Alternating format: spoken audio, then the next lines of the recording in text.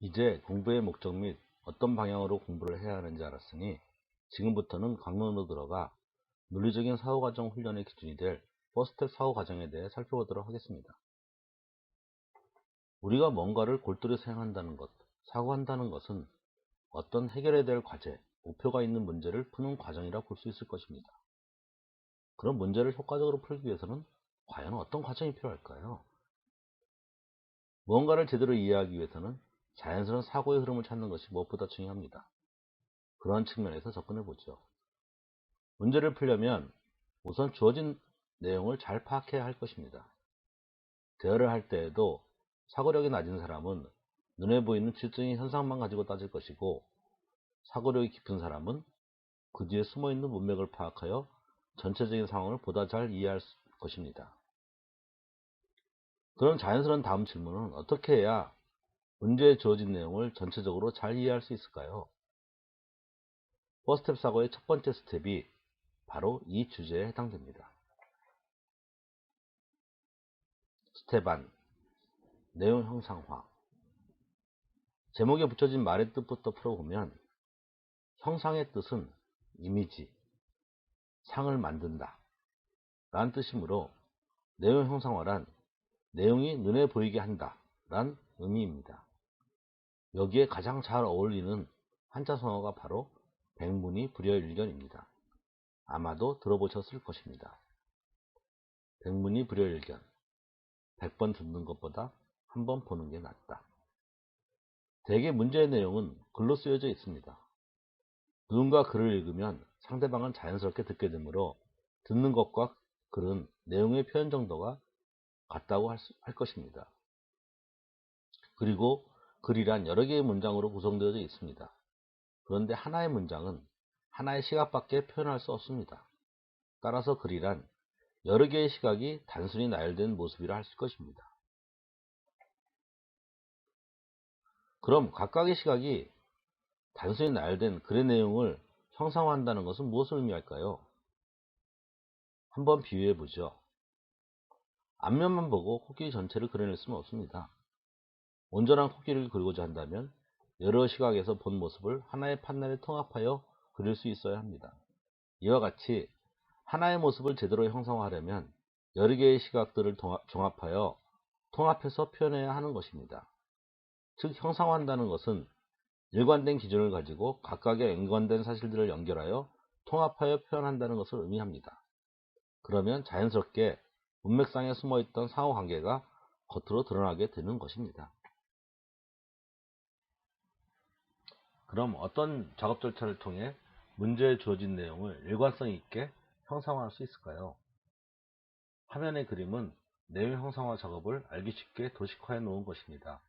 내용을 살펴보면 첫째, 접속사나 마침표를 기준으로 전체 문장을 하나씩 단위 구문별로 세분화합니다.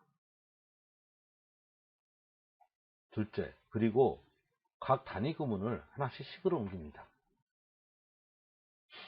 식이 잘 정리되지 않는 경우 그 주된 내용을 알기 쉽게 정리해 놓습니다.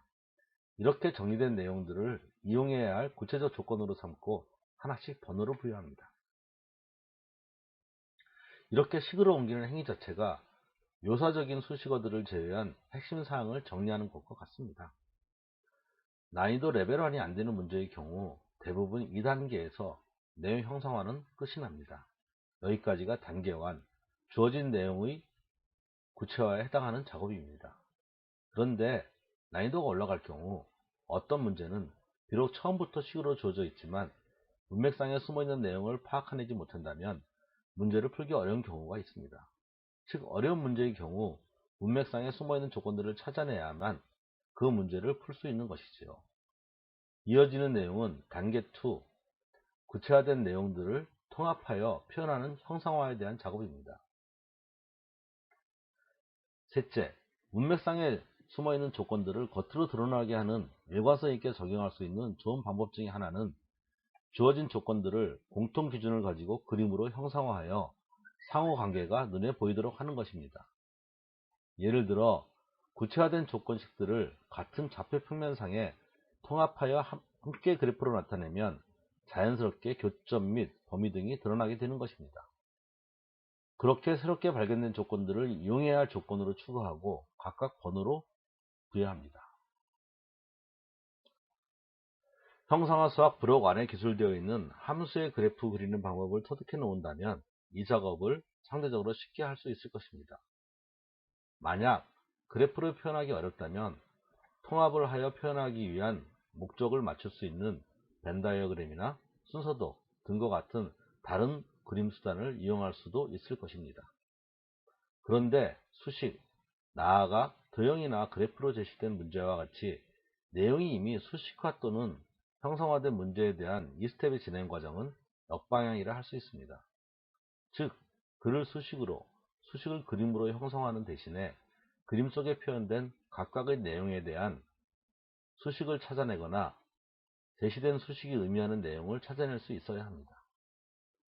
추가로 내용이 긴 문제를 어려워하는 학생들을 위해 한 가지 팁을 말하자면 문장이 하나일 때는 대부분의 학생들이 그 내용을 쉽게 구체화해야 합니다. 그런데 서술형 문제와 같이 여러 개의 문구나 문장이 길게 늘어져 있을 때는 그 내용을 쉽게 구체화하지 못합니다. 이것은 아이들이 욕심을 부려 한꺼번에 머릿속에서 문제에 대한 종합적인 이해를 시도하기 때문입니다. 그러한 시도는 자신의 현재 능력을 배제한 채 그렇게 하는 것이 가장 빨리 가는 방법이라고 머릿속에 잠재하고 있기 때문에 일어나는 자연스러운 현상이라 할 수 있습니다. 그렇지만 그러한 마음을 스스로 통제할 수 있어야 하는 것이고 그것도 수학 공부를 통해 훈련해야 하는 것 중 하나입니다. 따라서 이에 대한 생각을 인식시키고 그것을 서서히 바꾸어 주어야 합니다. 즉, 한꺼번에 하려 하지 말고 현재 할 수 있는 능력에 맞추어 단위 구문별로 하나씩 구체화하고 이것을 여러 번 하여 자연히 전체 내용을 구체화할 수 있도록 생각의 전환을 유도해야 합니다. 불행히도 논리적 사고 과정이 배제된 패턴별 문제풀이 학습 방법이 쉽게 가려는 아이들이 성급한 욕구에 맞춰준 양상으로 잘못된 공부 습관을 고착시키는데 일조하지 않았나 싶습니다. 앞에서 내용 형성화 작업에 대해 알아보았으니 어떻게 이 과정을 통해 이론의 이해를 보완해야 할 부분을 찾아낼 것인지 알아봅시다. 이 스텝의 작업 중 어떤 문장을 수식어로 표현하지 못했거나 반대로 주어진 수식의 구체적 의미를 파악하지 못했을 경우 또는 관련 수식을 그림으로 형상화하지 못했거나 반대로 주어진 그림에 해당되는 관련 수식을 알아내지 못했을 경우 이는 해당 이론에 대한 이해가 아직 부족하다는 것을 의미합니다. 따라서 해당 이론을 찾아 그 이해를 보완해야 할 것입니다. 참고로 이는 다음 스텝인 목표 구체화 작업에서도 같은 내용이 적용됩니다. 이 첫 번째 내용 형성화 스텝의 작업을 마친 상태는 이해를 돕기 위해서 다음과 같이 정해진 시간 내에 어딘가를 가기 위해서 현재 상황에 맞는 길을 찾는 과정에 비유될 수 있습니다. 관련된 이론들은 어떤 동네의 길들에 해당됩니다. 그리고 통합좌표는 밝혀진 길들을 포함하는 동네의 지도로 볼 수 있습니다. 마지막으로 주어진 조건들은 교통상황, 터널 등과 같은 각 길의 상태에 따른 제한사항 및 힌트들로 해석할 수 있습니다. 즉, 내용 형상화 스텝이 끝냈다는 것은 내가 찾아갈 지점에 위치해 있는 해당 동네가 밝혀진 상태에서 내가 이용해야 할 관련 길들과 현재 교통 상황이 함께 표현된 것이라 볼 수 있습니다.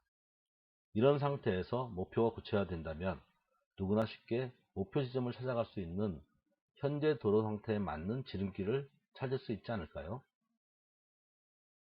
자, 주어진 내용을 전체적으로 잘 파악했으니 이제 남은 것은 목표가 어디인지 확인한 후 찾아가는 길만 선택하면 되겠네요.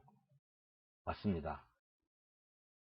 4스텝 사고의 두 번째 스텝은 바로 목표를 구체화하고 그것을 확인하는 과정입니다.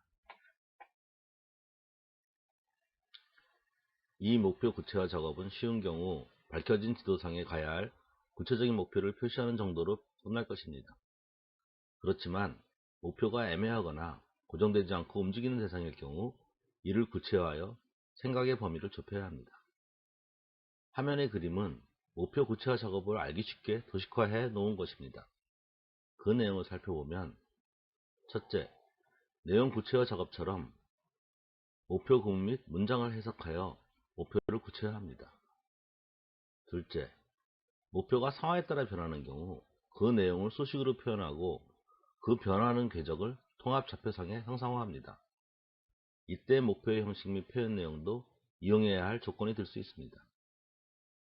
셋째, 목표를 얻기 위해 필요한 것을 구체화하고 현재 주어진 조건들과 비교해 봅니다. 그리고 이미 밝혀진 사항을 제외하고 남은 필요한 것을 구체적인 목표로 삼습니다. 이것이 이 스텝의 핵심으로, 이렇게 구체화된 목표는 목표를 찾기 위해 생각해야 할 범위를 줄여줄 것이기 때문입니다.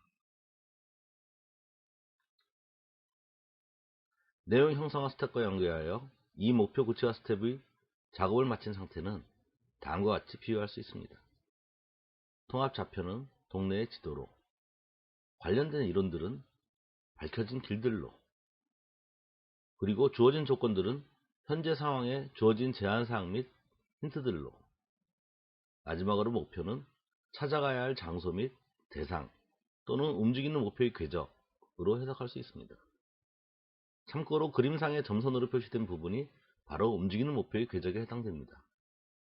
목표도 확인했으니 이제 남은 것은 찾아가는 길을 선택하면 되겠네요. 맞습니다. 퍼스텝 사고의 세 번째 스텝, 이론 적용은 바로 주어진 조건에 맞는 길을 찾는 과정입니다. 스텝 3, 이론 적용. 앞에 두 스텝의 작업이 잘 이루어졌다면 이번 스텝의 작업은 비교적 쉽게 이루어질 것입니다. 화면의 그림은 이론 적용 작업을 알기 쉽게 도식해 놓은 것입니다. 내용을 살펴보니 과정은 간단합니다. 바로 밝혀진 조건들을 모두 이용하여 목표에 접근하는 방법, 루트를 선정하는 것입니다. 쉬운 문제인 경우 이 루트는 각 조건에 연결된 이론으로부터 이미 만들어진 식들을 가지고 단순히 연립 방정식을 푸는 것이 될 것입니다. 그러나 어려운 문제인 경우 이 루트는 여러 개의 이론들의 조합이나 비교, 판단, 확장 등의 논리적인 추론 및 새로운 이론의 적용을 필요로 하게 됩니다. 이때 추론의 방향은 무작정 찾는 것이 아니라 구체화된 목표와 연계하여 주어진 조건들을 실마리로하여 찾아야 합니다. 예를 들어 목표의 형식 및 표현 내용도 이용해야 할 조건 및 실마리가 될 수 있습니다.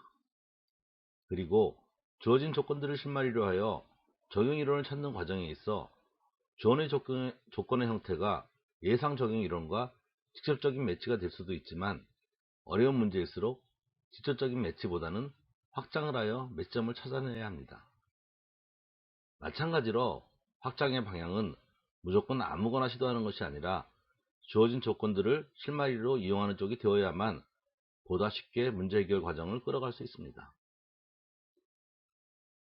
때로는 적용 이론을 찾는 과정이 여러 사이클의 깊이 있는 사고를 필요로 하는 경우를 만나게 됩니다. 이럴 경우에는 한 사이클의 사고를 통해 새롭게 밝혀진 내용들을 구체적으로 표현해 놓아야 합니다. 그래야만 그 내용을 다음 사이클에서 보다 이용하기 쉽게 되기 때문입니다.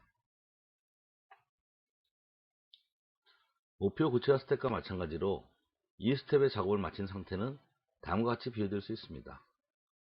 통합좌표는 동네의 지도로, 관련된 이론들은 밝혀진 길들로, 주어진 조건들은 현재 상황에 주어진 제한사항 및 힌트들로, 그리고 목표는 찾아가야 할 장소 및 대상 또는 움직이는 목표의 궤적으로 해석할 수 있습니다. 이때 목표가 움직이는 대상일 경우 궤적상에서 주어진 시간 조건에 맞게 찾아갈 위치를 구체화한 후 그곳을 새로운 타겟 지점으로 삼아야 합니다. 예를 들어 오른쪽 그림에서 점선으로 표시된 변경된 목표를 찾아가는 루트는 최초의 목표 지점을 찾아가는 루트와는 다를 것이기 때문입니다. 자, 기본적인 이론 적용 절차를 알아보았으니 이제 문제가 잘 안 풀릴 경우의 점검사항에 대해 알아봅시다. 만약 목표를 찾아가는 루트를 찾는 작업이 쉽지 않다면 다음의 사항들을 점검한 후에 필요한 작업을 수행해야 합니다.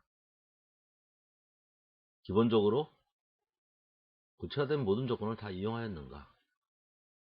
그리고 연관하여 모든 조건을 다 구체화했는가? 혹시 선언문 등 빠뜨린 것은 없는가?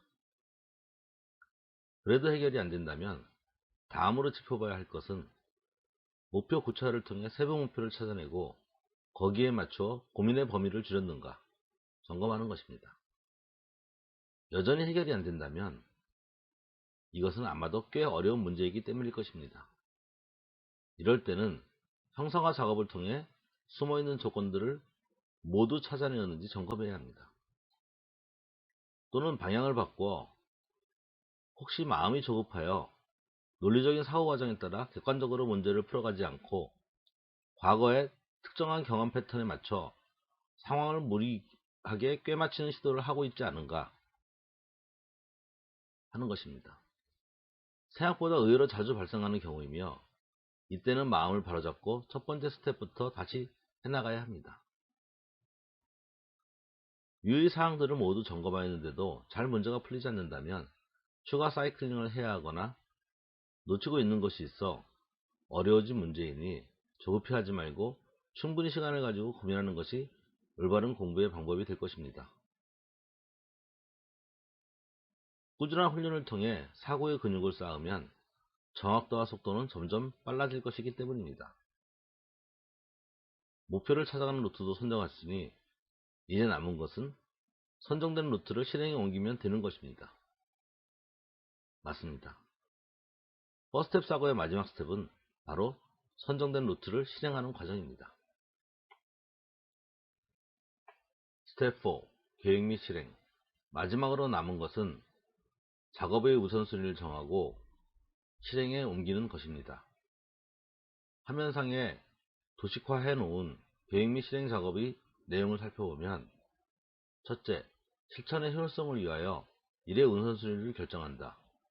즉, 요구된 일들의 실행 순서를 결정합니다. 둘째, 계획된 순서에 따라 일을 실행합니다.